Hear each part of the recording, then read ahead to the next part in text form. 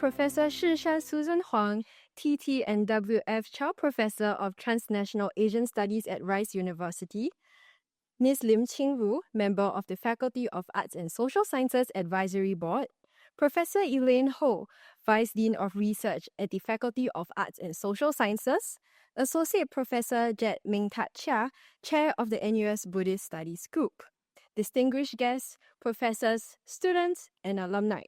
A very good evening to all of you.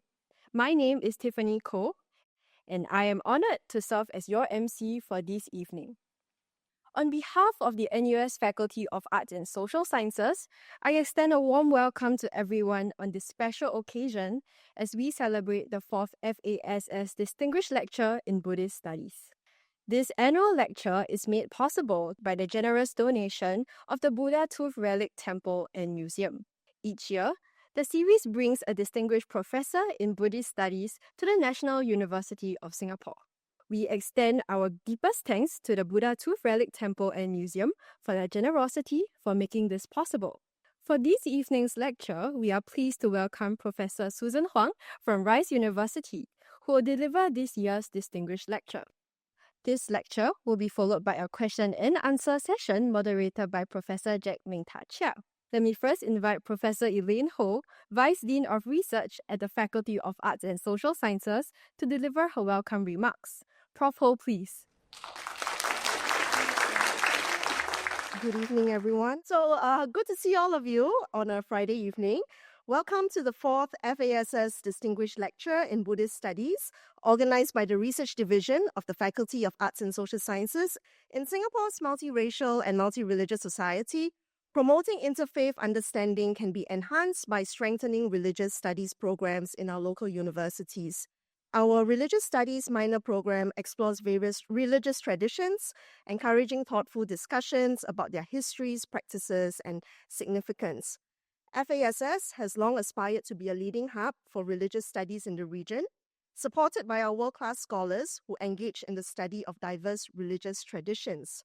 In January this year, the FASS Research Division launched the G.L. Lewis Religious Pluralism Research Cluster, established through a generous gift in memory of Mr. Ganapragasam Lewis.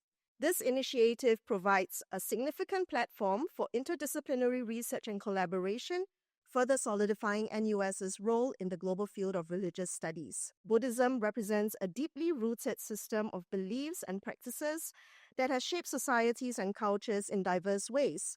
Its long historical developments, artistic contributions, as we will hear today, varied cultural expressions, and transnational dimensions open wide avenues for academic inquiry.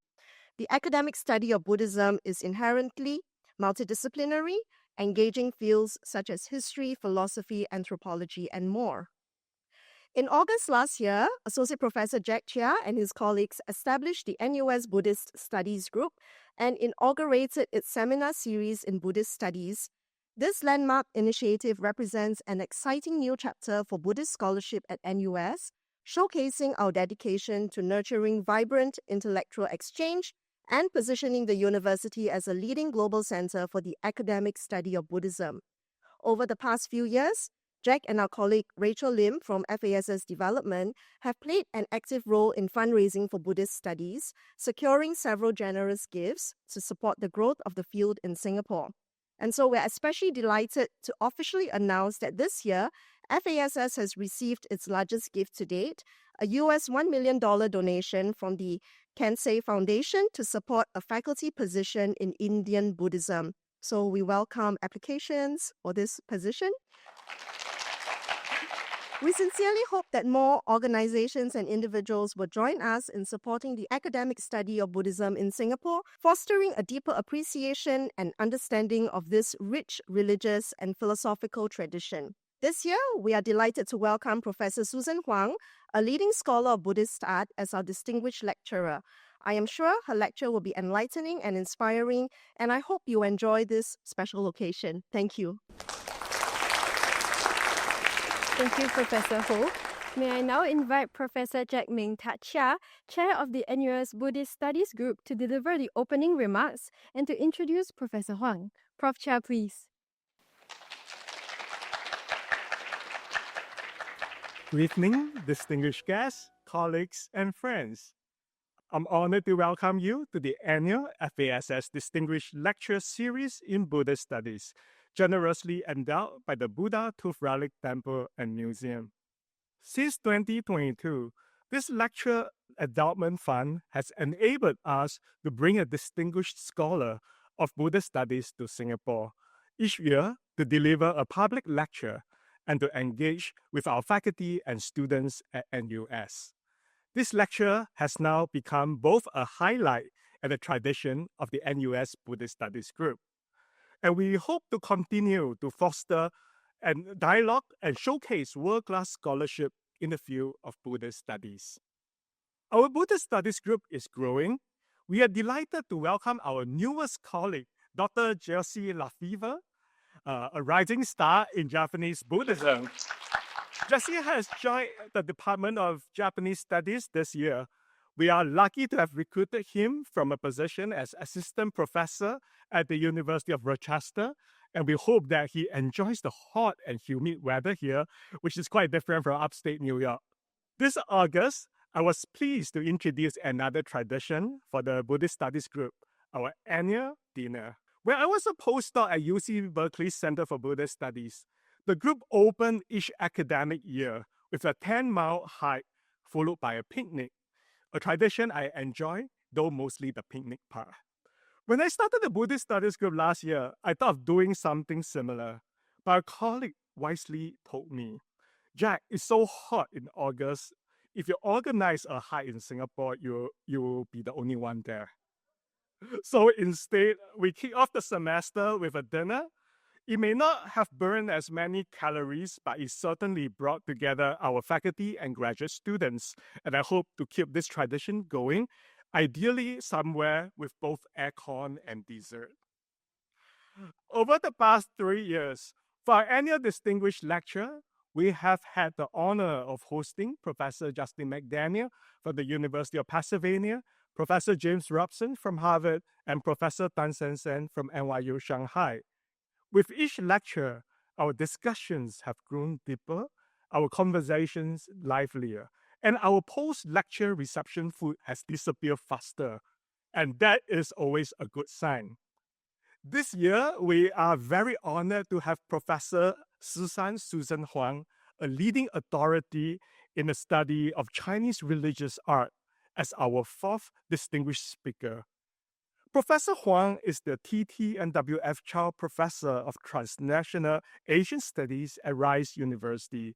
She is the author of Picturing the True Form, Taoist Visual Culture in Traditional China, published by Harvard University Press in 2012, with its Chinese translation published by Zhejiang University Press in 2022. Her new book, The Dynamic Spread of Buddhist Print Culture, Mapping Buddhist Book Roads in China and its Neighbors, published by Brill in 2024, an impressive 1,000-page study that you will be hearing more about in her lecture today.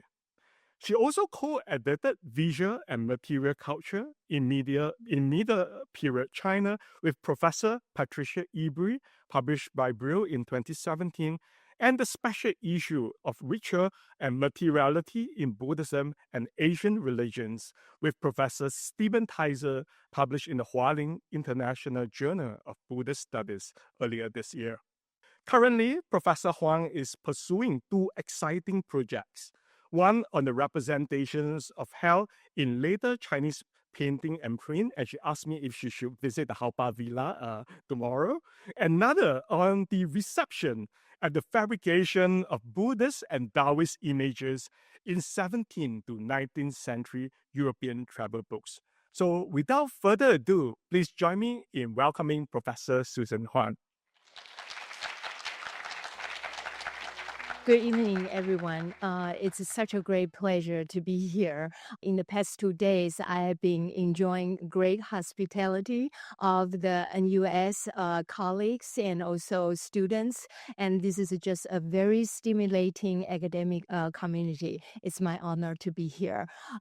So today, I'm very excited to share with you some of my new research just published. The title today that I like to talk about is Buddhist book roles, the dynamic spread of Buddhist print culture in China and beyond. This book, since published, the hardcover has been out of print. But we still have ebook, and there is a recently launched paperback. Because the original book was too thick, so we decided to print it in 2 volumes. The book basically tried to sketch 600 years from 850 to 1450. And here is a quick look of the table of content. In my book, I try to communicate with people from different fields, including art history, history, and Buddhist studies. So in terms of art history, some of the topic that I talk about regards the media transfer. So in one chapter, I talk about the relationship between woodblock print and painting.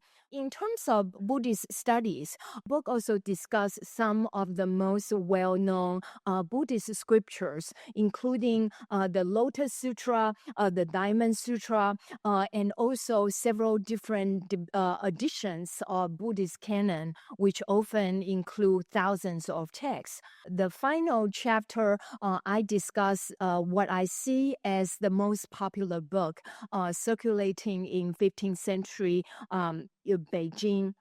To the historians or students of the history of book, maybe Hangzhou was one of the most well-known printing centers. So in my book, in addition to Hangzhou, I also discuss Beijing and also other places in the less well-known North China and Northwestern China, including southern Shanxi and Yingchuan, which was the capital of the medieval kingdom known as the Tanggu Xixia. In addition to places, I'm also very interested in people. And so here I highlighted the kind of people I see as very active middlemen that facilitate the spread of printing. And they include the elite Uyghurs, the Tibetan and Tanggu monks active under the Mongol period, as well as other people living in China under the Khitan Liao, the Churchen Jin, and the Xixia, Tanggu Xixia rule. This book, the highlight include some of the maps that we custom made in order to address different issues. I want to give the credit to my very talented student, Rita Xiong, graduated from the School of Architecture at Rice. She worked with me in the past few years to design these maps. And I hope that in today's short presentation, I get the opportunity to show you some of the maps that she made. So as I mentioned, this book tried to deal with a long durée and cover 600 years. And I deliberately set 1450 as the ending part of the discussion. The point is that in the European history, when people think about printing, they often thought of 1450 as the starting point of printing. And that was the beginning of the Gutenberg printing. The first Bible was actually printed around that time. I hope that my book will create an opportunity to communicate with the colleagues in European studies to see the kind of variant development of Asian history of printing. So Buddhism and printing, woodblock printing, develop hand in hand. Let's take a look at some of the earliest examples. The earliest dated printed book still survive today is actually a Buddhist book. Here is the Diamond Sutra, very famously, preserved in the British Library and was originally from the Huang Library cave. This book bears a date, and that's the date of A6A. Here, in the 9th century, Buddhist book is often in the hand scroll format, reading from the right to the left. And at the very beginning of the book, we see the decoration of an image, and that is called a frontispiece. What you see on top is an enlarged view of this frontispiece. It looked very clean, and that is because it was repaired in 2010. Are you curious what it looked like before the repair? This is how it looked like when it was brought to UK in 1912. Scholars who work on the science of paper commented on how sophisticated this paper was. We know that this book was dated around A68 because at the very end of the book, we have a very important colophon shedding light on the donor of this print. Here, I give you a general translation of the colophon. On the 15th day of the 4th month of the 9th year of the Xiantong Rime period, Wang Jie, a layman, had this made for wide distribution on behalf of his parents. And scholars took this as his parents were already deceased, and then he basically mass-produced this book in order to accumulate Buddhist merit that could be shared by his parents. So here we see a very unique feature of Buddhist printing, and that is the notion of Buddhist merit. By sponsoring Buddhist printing, one can accumulate religious merits, and this Buddhist merit could also be extended or transferred to family members. Let's take a look at some of the most famous phrases from the Diamond Sutra. This citation that I highlight here talk about the emptiness of life. The other early example is this fragmented wood block now in the New York Public Library. Scholars generally date this to early Northern Song around 10th to 11th century. You can see that this is how woodblock print was done. In a woodblock print, the ink lines and shapes are actually created from the uncarved part of a block's surface. Also from this block, you can see that the Chinese characters are actually in mirror, effect in the reverse. This woodblock print technique is very different from the Western, say, etching, copperplate printing, because here, the example on your left, this copperplate etching, the ink part was actually the sunken, hatched groups. All right, so I would like to show you some of the unique primary sources that I work on for this book, and I want to highlight the archaeology of Buddhist prints. This takes us to what was traditionally considered more peripheral area in northwest China. This is the ruins of the so-called Karakodo ruins, Heishuicheng Yizhi in Inner Mongolia. At the turn of the 20th century, the Russian expeditions arrived here, and they discovered thousands of documents. Most of them were now taken back to St. Petersburg. Here are some of the highlights that for you to see the variety of materials, including prints, painting, and also drawing. And if you do a comparison among these three group of material, you can see that they are, interrelated. In addition to materials produced and made in Shih-shan proper, in Karakodo, we also find some artifacts that shed light on the interstate communication. Therefore, based on the material I study, I made a map here, and I want to show you that the map you are seeing is the map of Shih-shan, and it is here you can see China. It is in the northwest China.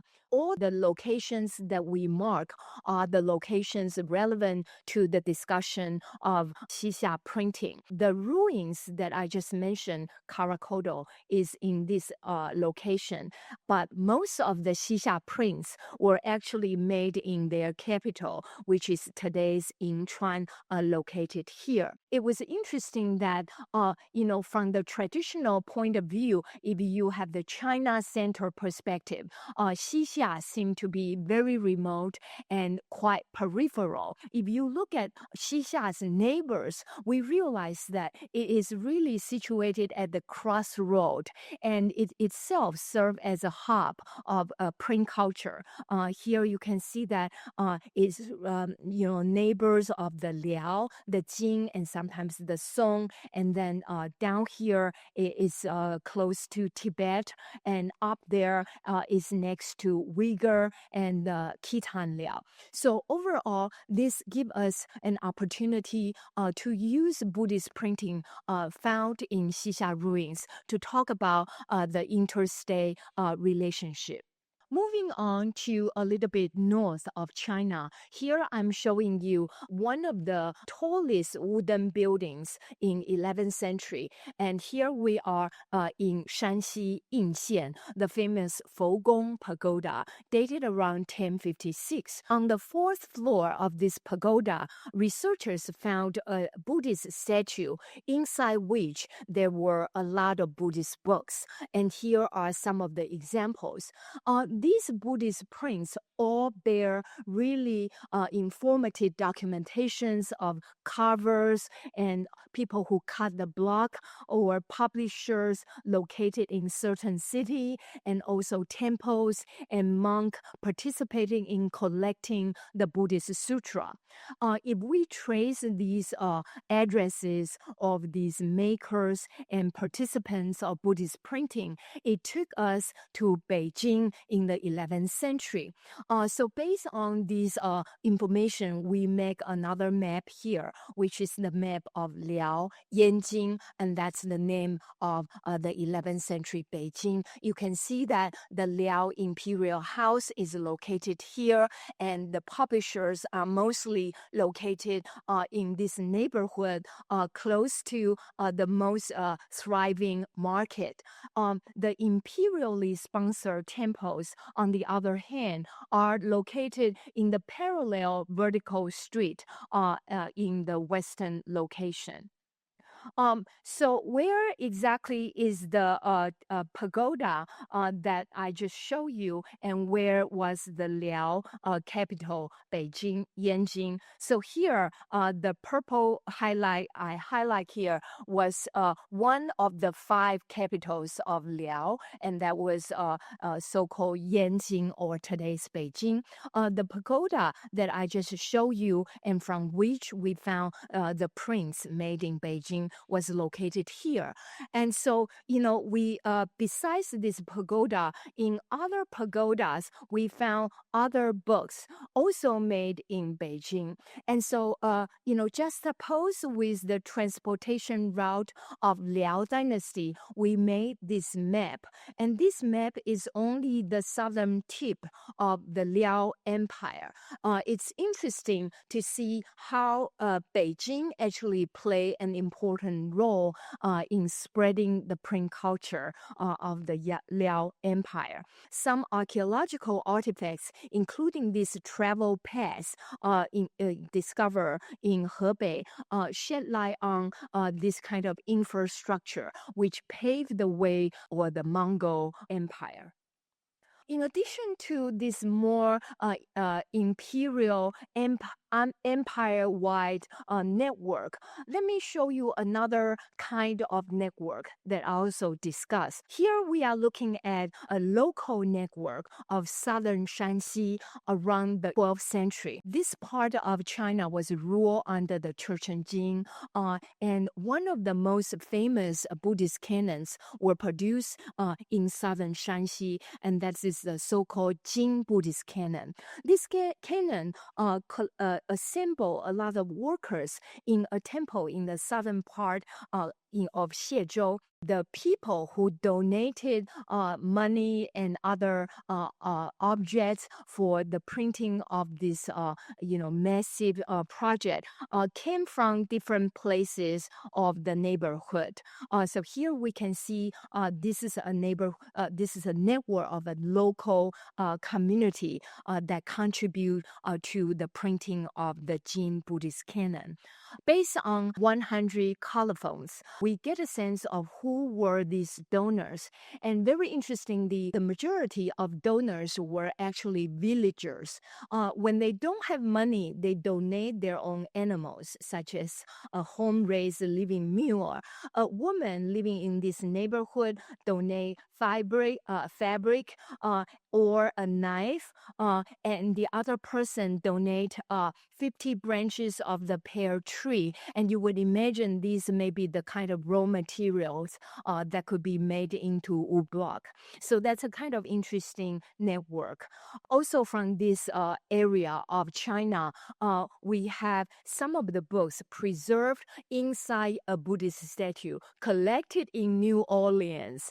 So I don't know if there's anybody from New Orleans. This would be the pride of New Orleans. Around the year of 1980, the curator was cleaning the statue, and they take out some dead mouse. But inside the Buddhist statue, they found these two illustrated Buddhist book, and there are a lot of colophons that tells us about how local people from the southern Shanxi actually sponsor Buddhist printing. So it was very interesting information.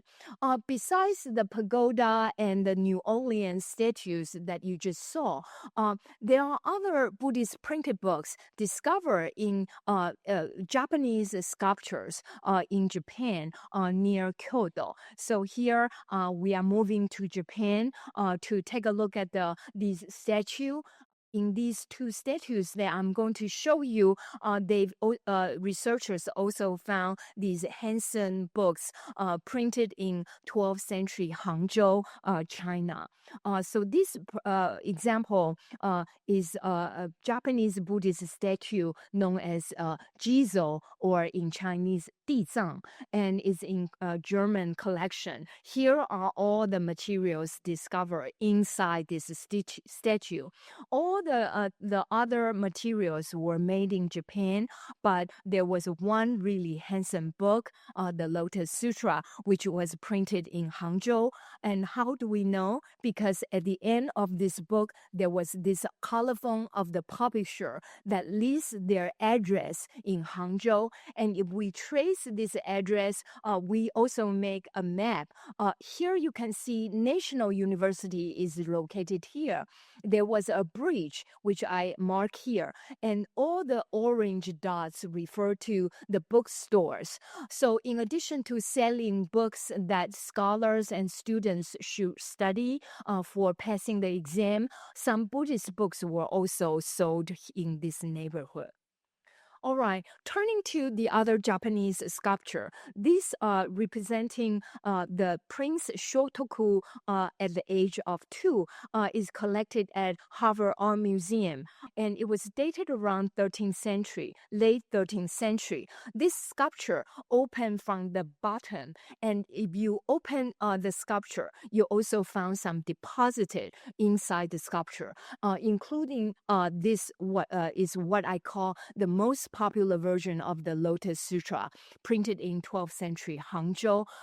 And the reason why we assume that this might be one of the most popular version is because still until nowadays we have many different editions, many different copies. The print has a very interesting and compact composition. And in my book, I talk about different narrative stories recorded in the sutra. But due to the limit of time, I would also only share with you what is depicted in the upper right corner, which is a famous parable of the burning house. So the Lotus Sutra was very accessible to East Asian Buddhists mostly because it contains a lot of stories, easy to understand. This particular parable talk about the children symbolizing the innocent sentient beings like you and me. When the house was, crumbled and, on fire, they were still very innocent and playing inside the house. Here comes the Buddha, which in this story is the father of the kids. So the father, in order to entice the kids to come out of danger, prepare several animal cart loaded with toys. And eventually the kids was attracted to the toys and then was free from danger.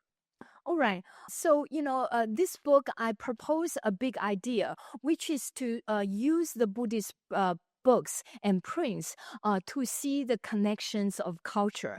And that's what I call the Buddhist book roads, taking the cue of the Silk Road. So here is a map that we create, and it was included in the introduction. This is the first map in the book.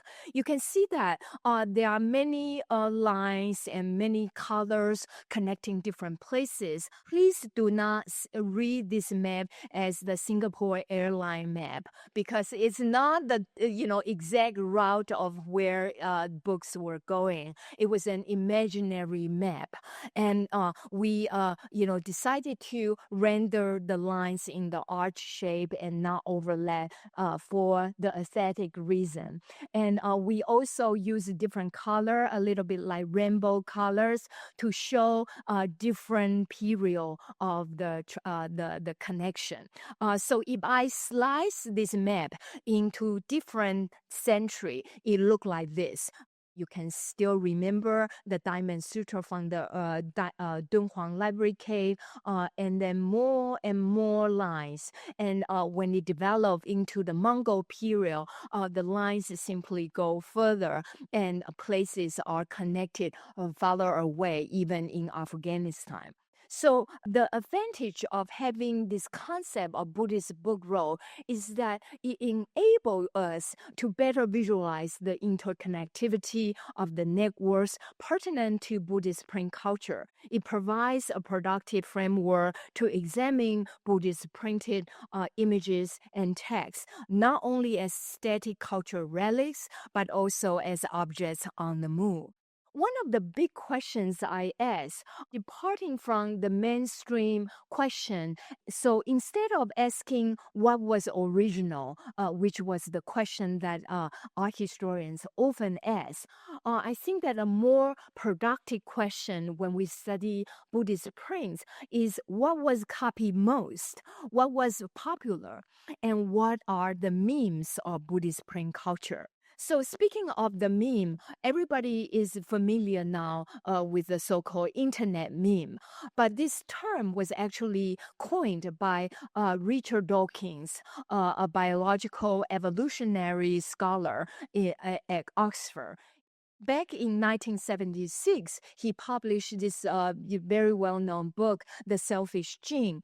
In the last chapter of the book, he coins the word meme on a par with gene, so the sound is a little similar, referring to a meme as a unit of cultural transformation or a unit of imitation. In my book, I try to test this idea in the study of Buddhist print culture. And I ask in the book, what are the most popular memes of Buddhist print culture? Here is one of the examples. This is what I think the most popular Buddhist book circa 1450. So in Europe, it was when the book Gutenberg Bible was printed. In Beijing, this would be, in my opinion, the most popular book. This book was actually made in China. It's the so-called indigenous or apocryphal sutra. And it has a very long title, 佛顶心,陀罗尼经. In English, we simply refer to this as Dharani Sutra. And here we are looking at the ending of this book. You can see a very long colophon shedding light on the status and the purpose purpose of the donor. Here I translate briefly for you. The donor of this book was actually a woman Sun from Beijing, and she sponsored 1,000 copies of the sutra on behalf of her daughter who suffered from the chest pain while delivering a baby. At the end, this is for Professor Ken Ding. At the end of the sutra, you can see three talisman that look like inspired by Taoist talisman. And here at the end, it says that if you copy these three talisman, you can safeguard childbirth difficulty. And here is a more refined additions. But still, you can see at the end, you have this talisman. Let's take this opportunity to take a look at the illustration. Here you can see a woman that I color in red, and she is touching her belly, suggesting that she was pregnant and she's probably delivering a baby, because here you have two female helper, one at the back pushing her and the other in front of her, probably trying to pick up the baby. But something bad happened. There are three demons, which I color in blue, blowing the wind and trying to screw her up.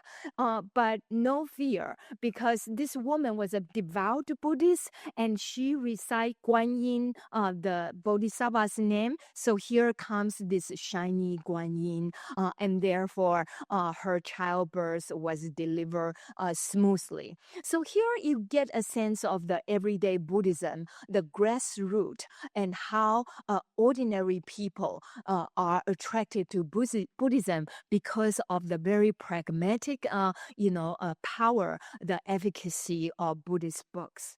And you can see the popularity of this book went beyond China. Here on the left is a book published in Korea, and we still have a lot of different editions survive today. All right. The other popular meme of Buddhist print culture would be the Lotus Sutra. In 12th century Hangzhou, there are different versions of Lotus Sutras decorated with very elaborate pictures. And this is what I think the 豪华版 is the most elaborate and delicate versions, and it survived in different copies. This one example I'm showing you are from National Palace Museum in Taipei. Here you can see that the design of Buddhist frontispiece are gearing toward standardization. If you compare these four frontispieces from different chapters, you can see that they follow a kind of visual grammar. Namely, on the right, you have the Buddha preaching, and on a stage, on a terrace, decorated with a balustrade. And on the upper left corner, you also have architecture rendered in the corner view, even though they refer to different stories. And in terms of the detail about how the balustrades were decorated, you can see that there are a lot of different patterns. These patterns were actually not created by the printmaker, but instead they took the ready-made pattern from the picture book, such as this architecture manual launched by the government since the 11th century.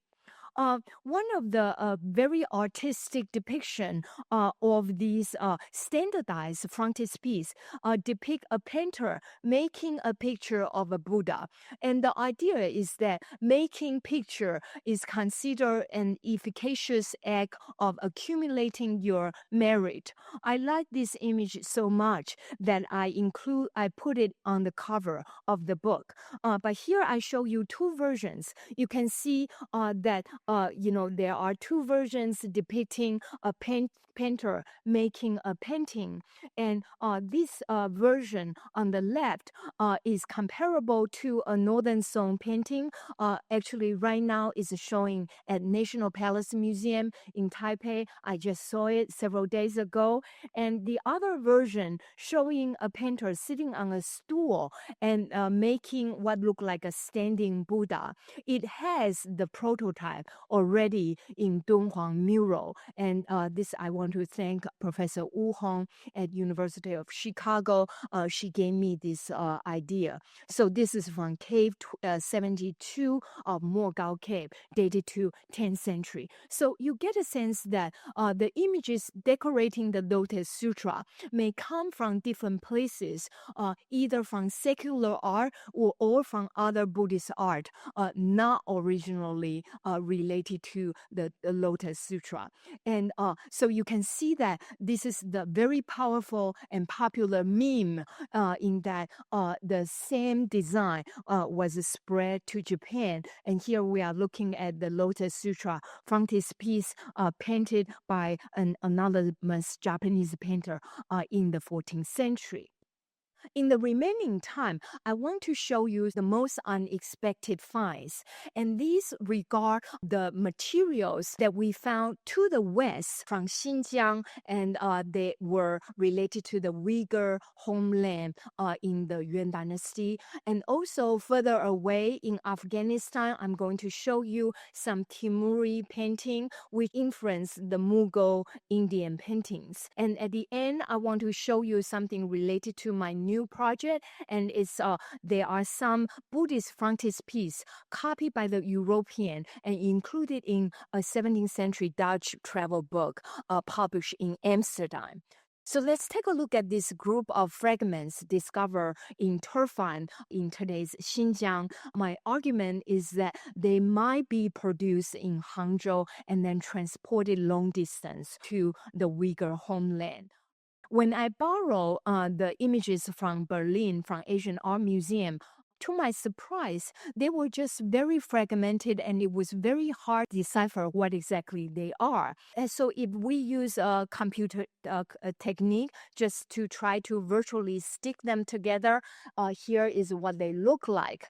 You can see that on the left is a group of what look like donors with a lot of names. And then on the right, there is a title and it look like the frontispiece, and there is a canopy. Maybe there is a Buddha here. In the 1990s publication, a German scholar get hold of these fragments and put them together. When I request fragments from the museum, this part of fragments was already not found. So I'm using the older drawing to get a sense of the overall composition. A lot of historians who study Yuan dynasty, they already studied this part because there are so many names that they could find biographical records in the official Yuan Shi or Yuan history. So it turned out that this may represent a really big Uyghur family. And the leading family member is this Meng Su Su, which was well recorded. And he worked for Kublai Khan. His wife was also Kublai Khan's wife's sister.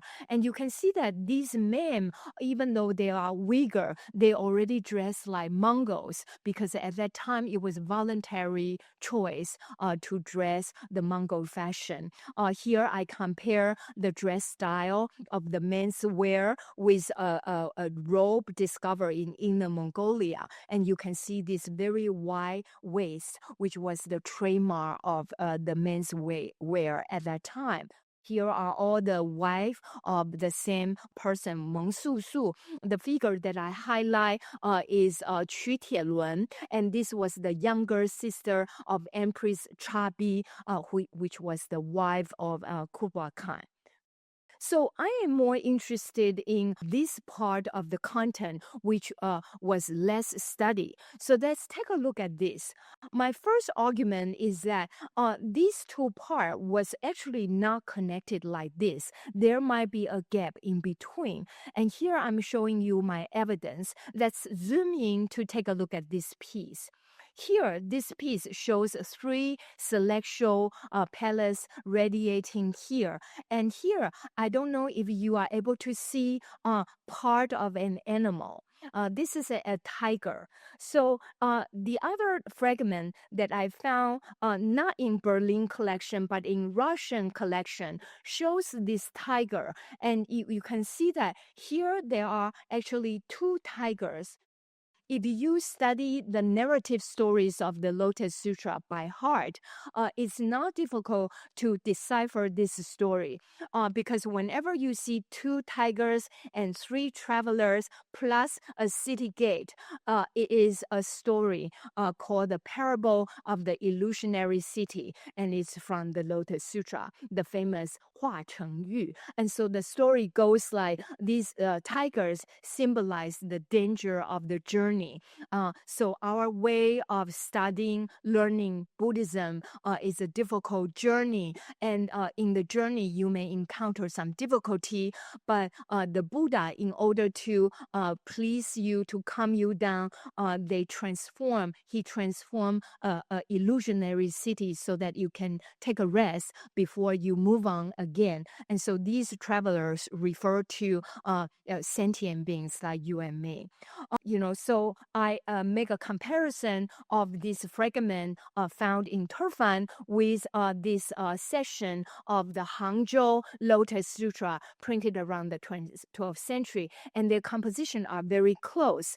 Here is a larger picture of this frontispiece from decorating the 3rd chapter of the Lotus Sutra. You can see that this part is very similar to this entire part. So the hypothesis I made now is that here, in between the donor and the Lotus Sutra frontispiece, there might be another gap that we still need to find.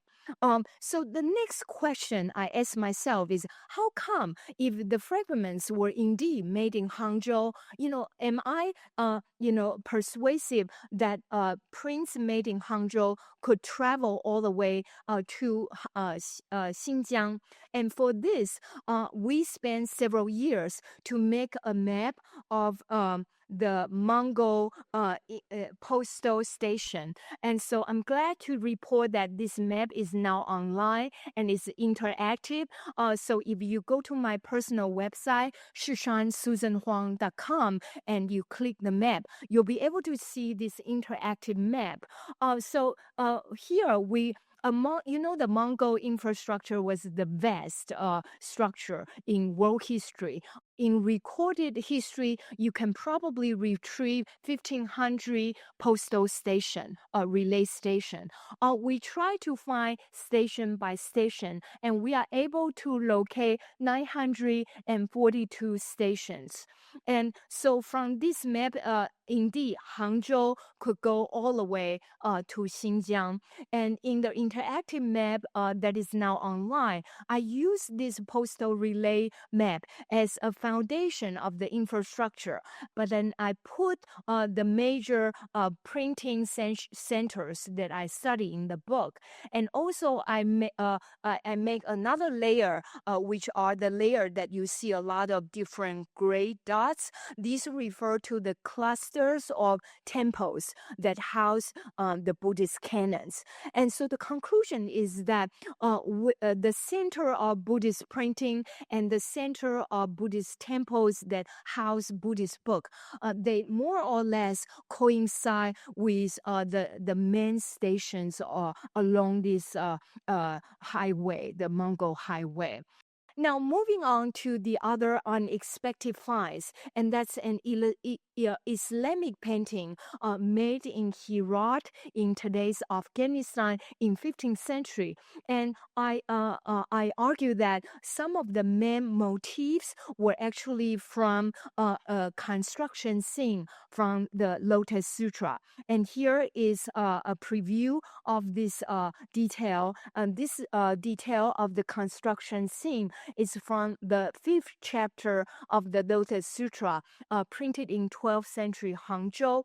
And the motif refer to one of many behavior that you can accumulate Buddhist merits. So if you build the houses for the Buddhist monks, you are supposed to have merits. And here you can see different workers work in pair, and I color different team for your references. You can see this group of people are working in a team, and then the other 2 people are in a team, and team member number 3 is holding a brick, and this particular motif is found at the center of the Islamic painting, and his co-worker, is depicted in a very similar posture, comparable to the posture that you see here. We don't have direct evidence explain how Buddhist book may influence the Islamic painting, but I think it's productive to think about the Mongol Empire, and especially this part of the empire is the Ilkhanic Empire. It has very close relationship with Yuan China, and at that time, Tabriz and Herat are both the cultural centers.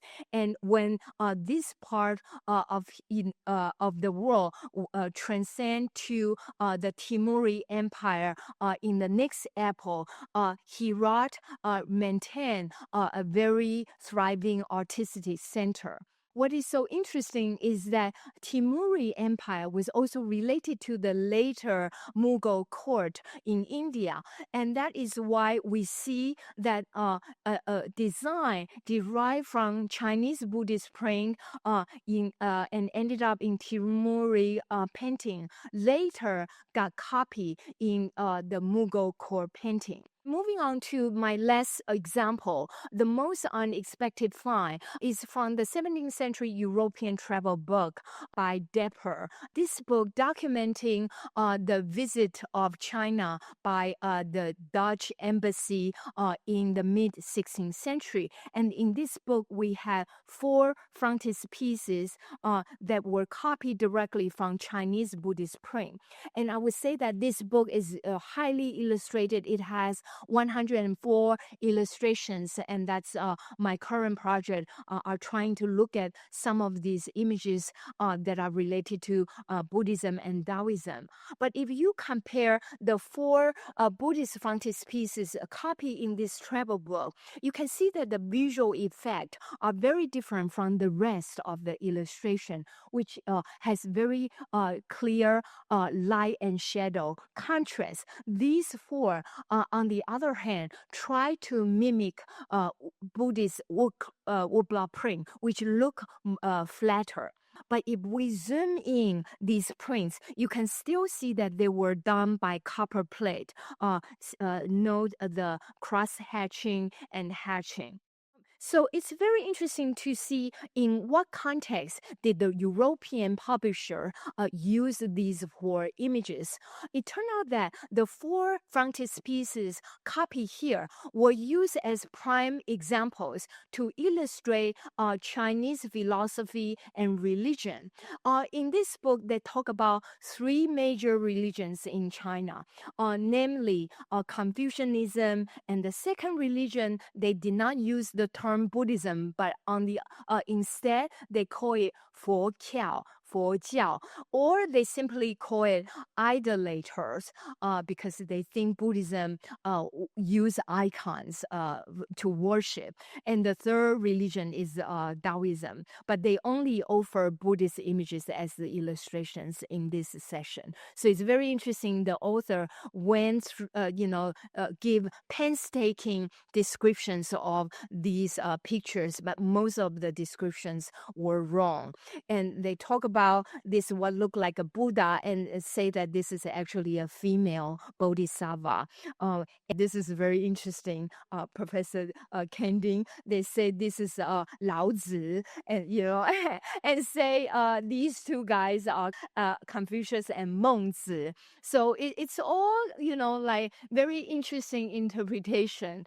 In any case, the Europeans were so interested in Chinese writings. So when they copied these Buddhist frontispieces, they noticed there are colophons of the donors. So they also copy it. And some colophon, they copied it totally wrong, just reverse. And Professor Jinping Wang noticed that there was a colophon that is from her hometown, Changshu.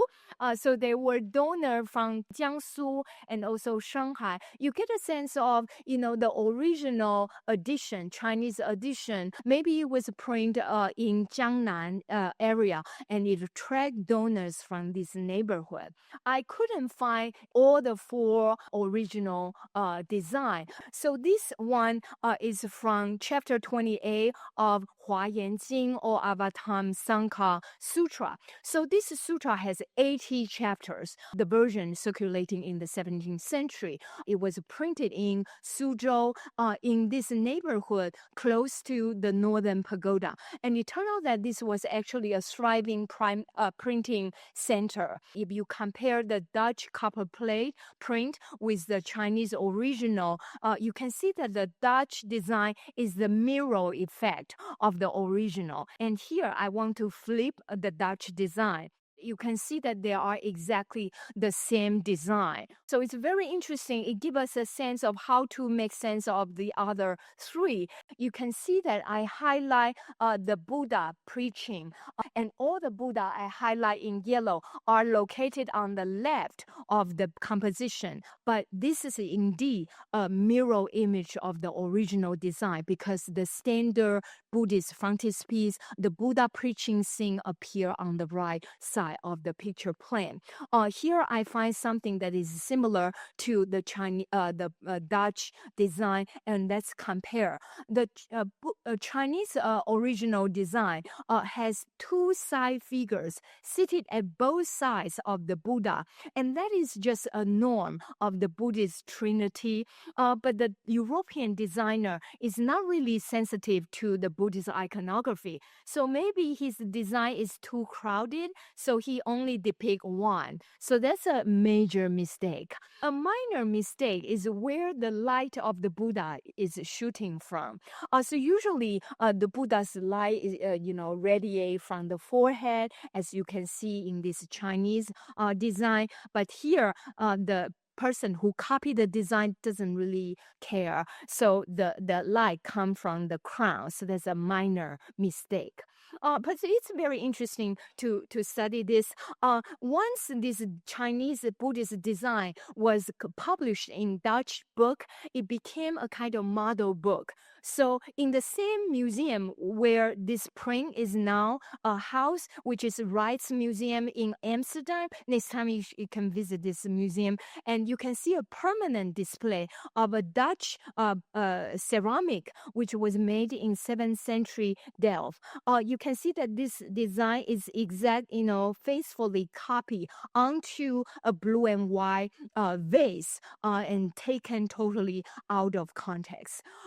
So because of, I discussed this in the conclusion of my book, my new project, now I try to dig a little bit deeper to look at the Buddhist and Taoist imagery in 17th century European travel book. And all these images, sometimes they were copied directly, and other times they were modified or repurposed. But overall, the visual hodgepodge not only shape Europe's enduring exoticized view of Asia over the centuries that follow, but also reveals how memes of Chinese religious culture circulated globally. But that is for another talk. Thank you so much for listening.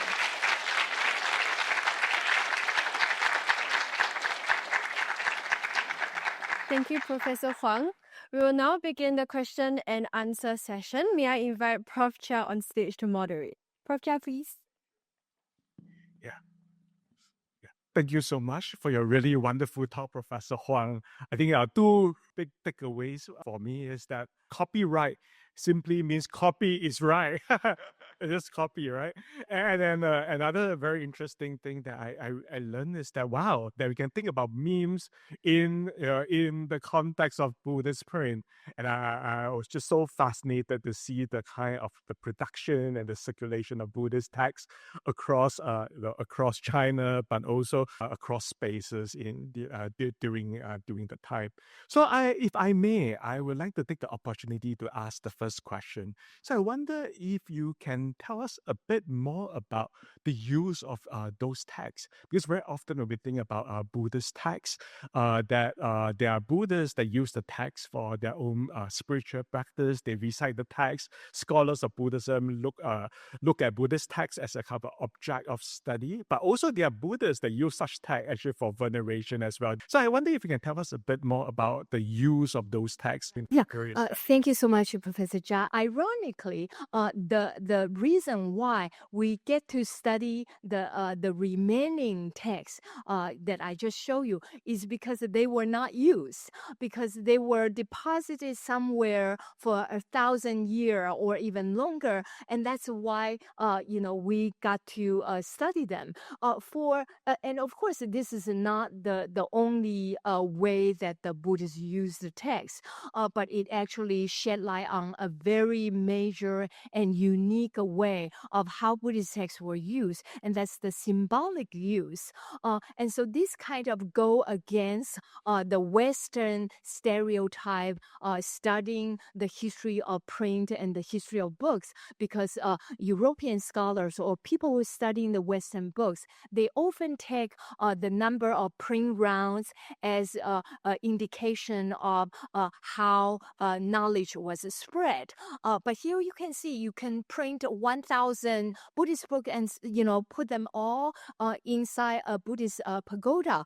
Or as you say, for Buddhist ceremony, there were these kind of symbolic reading. And in fact, one of my favorite Buddhist furnitures, a type of furniture, is the so-called rotating bookcases built in the medieval China. They built this, Buddhist bookcase with axis wheel at the bottom, and you put the entire Buddhist canon on the Buddhist bookcases. And I mentioned that usually a set of Buddhist canons go thousands of books. Of course, you cannot really read everything. So the Buddhist devotee come to the temple. The idea is that you pay some money, some donation, and you can ask the monk or the nun to turn the wheel for you. And as long as you turn one wheel, it is as if you read all of them. So I know that we have a lot of students here. We wish, we can study all the books for our final in this way. So that's the symbolic reading. And in fact, a lot of Buddhist canons were very new, and they were just put in the Buddhist library in the temple. And they were kind of authenticate the power of the temple. So a lot of temple would like to have a set of newly printing Buddhist canon, and it didn't mean that a lot of people get access to reading them. As you say, only the educated few, the elite scholars or the Buddhist elite monks, they got to study those. But besides those levels, lay Buddhists did have Buddhist books. For example, in my book, I talk about an 11th century Buddhist, very devout Buddhist woman, Sun Si-nyang. Her tomb was found in Jiangsu, and in her tomb, we found almost 10 kinds of Buddhist books. And she would autograph, she would say, "This is my personal belonging, Sun Si-nyang zhi jing." So it is implied that, when she was alive, she actually studied Buddhist book. So they were something used by everyday people. But, also my example, the most popular book, the woman from Beijing, she sponsored 1,000 copies, and only one copy survived. So you wonder where were the other 999? And so we can do our interpretation. Maybe something just give away to other people, and others donated to temples. Right, so thank you so much, Professor Huang. So I will now open the floor for questions. Please use the microphone on the two sides. And if you wish to ask a question, please identify yourself. Right, so the floor is open. I wanted to ask about handwritten manuscript production as opposed to printing of books, and whether you agree that the Dunhuang Library was put aside because printed books came in. It's just one theory I've heard. But more broadly, how you see manuscript culture continuing alongside printed editions. Thank you so much, Professor Ding. This is a very important question about the relationship between manuscript culture versus print culture. So I think that what is unusual about the East Asian example, is that it's kind of different from the knowledge evolution theory or the history of evolution that you see in Europe, that indeed the printing kind of replaced writing in the West. But this is never the case in Chinese culture or in East Asian culture, because the East Asian people simply love writing and respect writing so much. So you never see that the manuscript culture die out or entirely replaced by printing. And in fact, you often see some manuscript comparable to printed versions. And regarding your question, this is the first time I heard that there is a theory about, being afraid that the print culture would replace the manuscript culture, and that's why the Dunhuang Library cave was sealed. I agree with Imre Garambo's most recent book on Dunhuang manuscript culture. He entertained several theories before him and had a more synthesized conclusion. So I think the state of the field, and I'm not a Dunhuang specialist, but the state of the field tend to see the Dunhuang Library cave as a repository of a temple, and a lot of the manuscripts were waiting to be repaired. So a lot of manuscripts were kind of old or damaged, but they were not treated as trash. So that theory is gone. But even though manuscripts overpower and overnumber printed examples in Dunhuang Library cave, but we still have quite a few, for example, single sheet print. So these were like, a replacement of painting that you can put as flyer, and with a lot of icons, actually. Yeah. Do I answer your question? Thank you. And yes, Jinping. Yeah. Thank you, Shih-shan, for such an amazing talk. It's really inspiring.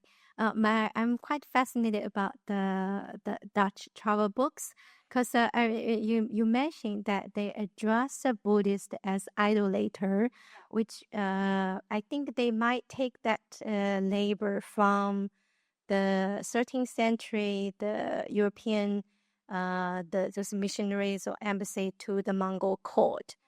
So for the travel books produced around that time, the idolater was particularly used to identify with Buddhist. So that reminds me, because for centuries, the Europeans' perception about China came a lot from those 13th, 14th century travelers to the Mongol, Yuan China, including Marco Polo. So my question is whether for you, since your next project will be about this travel book, I wonder whether it's worth considering to see whether there's in this earlier travel books, and first whether they include any images or they brought any image of painting back to Europe, and secondly whether they made very detailed descriptions about those Buddhist sutras. Very good questions, and very good reminder that to study the 17th century travel book, I have to go back to read earlier travel books. Yeah, I don't have answer to all this, but I appreciate your notion of the idolater already mentioned in 13th century. Yeah, great, thank you. Michael has a question. Professor Stanley Baker. Okay. So my question really wants to draw on a relationship between Taoism and Buddhism, text production and knowledge transmission. In the period that I'm more familiar with, in the Liuchao period, there's lots of narratives of initiation and transmission where the student is identified and then they spend some time with the master and then they must recite the book and then they must copy the book. And you're saying how, text copying never really fell out. But with the introduction of printing and a very different kind of use of text as a ritual object, and a sense of mastery and coming into possession of the text is a very different one, and the sense of internalization and transmission. So I guess maybe this is a Taoist to Buddhist transmission question as well as a manuscript to print culture question. Do you see differences in this transmission, a difference in emphasis about mastery? Yeah. No, that's a great question. When I gave a similar talk at University of Chicago, I think Paul Cobb asked me a similar question. And, from his point of view, all these printed books were not efficacious because it's just like, you can have Daoban and everybody could copy it. So how do you identify if you are the insider or outsider? So I think that now we confront a major difference between Taoist transmission versus Buddhist. And I was talking about Buddhism is about open access. Everybody, you are welcome. And then, I was actually talking to some of the students yesterday about how secreted the Taoist transmission is, especially the textual transmission that, we read, not only Liu Chao, but even like in the Northern Song, in Yunji Qiqian, they talk about how you cannot spread this to the undeserved people. If you spread to the wrong people, your whole family of 7 generations got condemned. You rather just throw it to the lake and let the dragon guard it for hundreds of years. And you do not want to spread to the wrong person. And, you don't see this kind of discourse in Buddhist, I don't know what Professor Jia think. Yeah. But what you just shared reminds me of the vegetarian restaurants in Taiwan and Singapore, right? That we have so many Buddhist books for free distribution, right? They're kind of 赠送结缘功德, right? So it's a very different kind of idea. Right. And so related to this is talisman, like how were talisman made? If, all this like a master, disciple transmission, talisman is supposed to be secreted. And that's why they draw it. And at the end, they have all this, they have to kind of cover the password. It's like a password. But the way that you see the Buddhists make the talisman is pretty, should I say, naive? It's pretty graphic. And so these are the kind of talisman that you often see in the Yangsheng literature, and which are widely transmitted. And here I'm quoting Christopher Schipper's way of dividing different texts. He and Francisca Verlin, when they compiled the 3-volume Daozang Tongkao, sees Taoist texts in 2 major groups, 2 major camps. One is internally transmitted, and the other is more widely accessible one. So I'm still thinking about this question, and I think what is transmitted to Buddhism is already very widespread. And yeah. And did you also ask about manuscript and? Partly, what if then manuscript transmission is antithetical to that, or rather print transmission is antithetical to that kind of mastery? Right. But, coming back to Taoism, if we study all the liturgical manuals in the Song Yuan period, you were amazed like how massive this ritual is and how many paperwork, how many things that the Taoist priests have to prepare. It was just a lot of documents. And I wonder, if they would also embrace printing. Printing would actually provide an effective way for them to do ritual, right?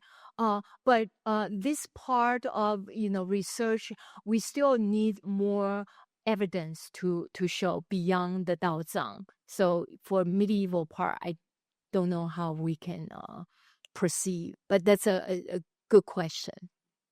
Thank you. Can we have Priya? Thanks, Susan, for that wonderful talk. I had a question related to the concept of standardization, which you surfaced in your talk. And you showed us 4 prints with very similar compositional arrangements. And of course, you alluded to the government-published manuals of architecture, which could have been a possible source for the design and motifs.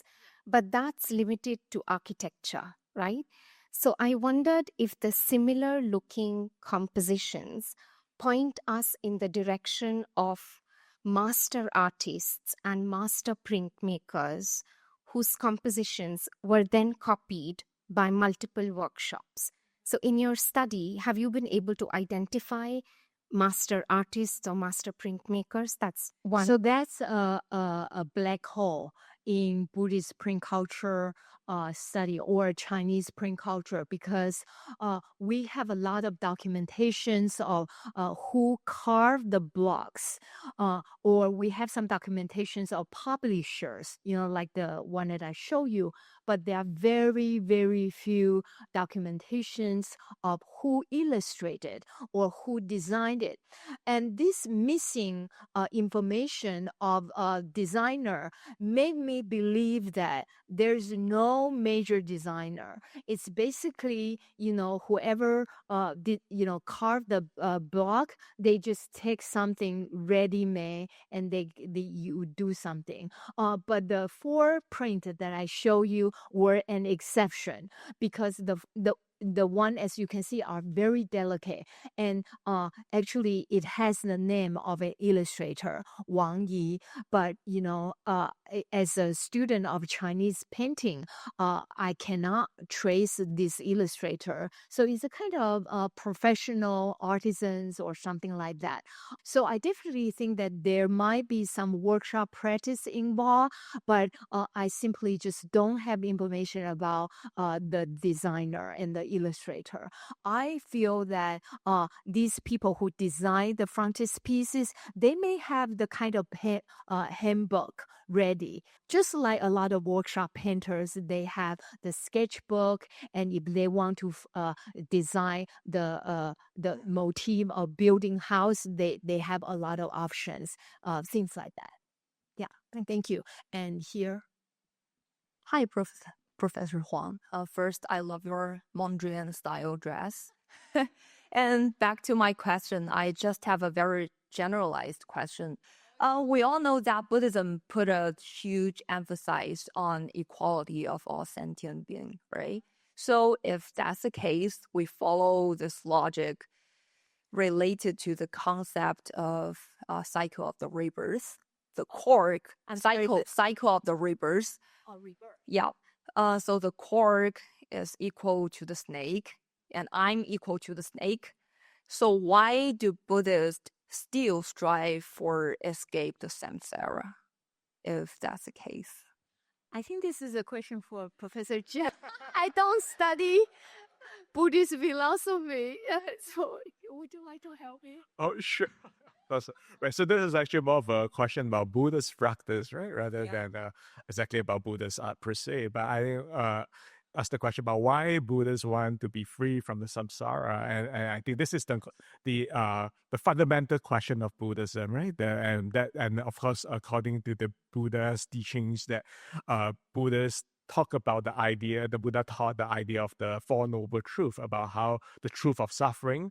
And of course, because of this truth of suffering, Buddhists believe that the way to end suffering is to leave the samsara by learning about the cause of suffering, the way to end suffering, and the practice of the Noble Eightfold Path. So the thing about Buddhists, freeing themselves from suffering and freeing themselves from the samsara is, I would say, an important practice for Buddhists, but it's also an important, in fact, part of Buddhist art as well. When we think about the Buddhist kind of will of life, and of course a very important book is the book by Professor Stephen Tyser about the will of life. But why Buddhists use the will of life is not to think about being trapped in the samsara, but actually as a way of inspiring them, right, to leave the samsara, to escape from the rhyme of birth and rebirth. So this is, I would say, that not only an important part of Buddhist teachings, but also an important part of Buddhist iconography, and you actually see a lot of that in both Buddhist art and also Buddhist objects, talking about the Buddhist desire or the aim to achieve enlightenment, right, and through freeing themselves from the will of birth and rebirth. Yeah, so I hope that answers your question. Thank you. Yeah, and maybe we have time for one final question, right? Yes. And yes, yeah, okay, the man at the back. So and And will your question be, how can I attain enlightenment? No, I'm just kidding. Right. Gentleman at the back. Oh, would you like to use the microphone at the aisle? Thank you, Susan, for your wonderful talk. And I have a question about the price of making this printing sutra. And it seems like many commoners and also peasants, women can access to this printing sutra. So it's like after this printing sutra comes out, the Buddhism can easily be transmitted to the common people.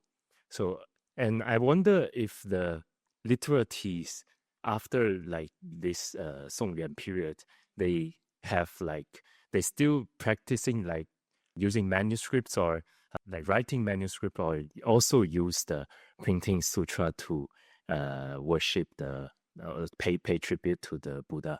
So thank you so much. Your question is about price. You mentioned the price, and you correctly say that printing reduce the cost of images, and so it make more people make the books or images more available to everybody. And then you move on to comment on literati, and ask me if literati also embrace printing or they stay with the manuscript. Is that your question? Yes. Okay. So, in my book, I talk about even in the song, people like Li Gonglin and Su Shi, these are considered the godfather of literati in the Northern Song. They were very interested in printing. And so some of them even, participate in transferring painting to printing. So it kind of challenged our stereotype view, thinking printing is something not belong to the literati. So since day one, since the early time, scholars also participate in printing. Not everybody, was against printing. Although in the Song Dynasty, there were some scholars who were actually against printing, and they think that if you print a lot of, for example, 国家机密, the national secrets, and these information would go to the Khitan Liao or to other country, and that's bad for the Song Dynasty. So there were this kind of discussion as well, and I think Hilde de Wild, she had a classic article on that. And when the Buddhist print got spread beyond China, for example, and spread to East Asia, in some Korean aristocrats, for example, when they receive Buddhist Lotus Sutra illustrated books, they still decide to copy it in manuscript format, and so they would hire people just to make a copy from the print. So you see a lot of kind of exchanges between printing and manuscript. So it's not a given which one would serve as the prototype. They kind of go both ways. Yeah. Yeah, so with that, our time is up. I want to share very exciting news that NUS Library has bought an e-copy of Professor Susan Huang's latest book. Yeah, so wonderful. So with this e-book, You can download. yeah, our colleagues and students can download a full copy, and you can circulate secretly, like the Buddhist meme, right? All right. So with that, please join me in thanking Professor Susan Huang. Thank you so much. Thank you. This is the best group of audience. Thank you. Thank you, Prof. Huang and Prof. Chia, and my sincerest apologies to everyone whose questions we didn't answer today. We would now like to invite our FASS advisor, Ms. Lim, to on stage to present a token of appreciation to Professor Huang and also for a group photo. This gift of appreciation, titled Buddha on Board, was created by artist Tan Guanfan. The now lost Pranidhi mural in the Basilic Thousand Buddha Caves of Xinjiang, giving obeisance with his praise of Hello Kitties. So across from him, his camel kneels in anticipation of the Buddha's arrival onto the shore. Now, as a watercolor piece, the image of Buddha will now circulate again from Xinjiang to Singapore and then to the United States. All right, and don't leave the stage yet. May I invite Professor Dean and my colleagues from the Buddhist Studies group on stage for the group photo?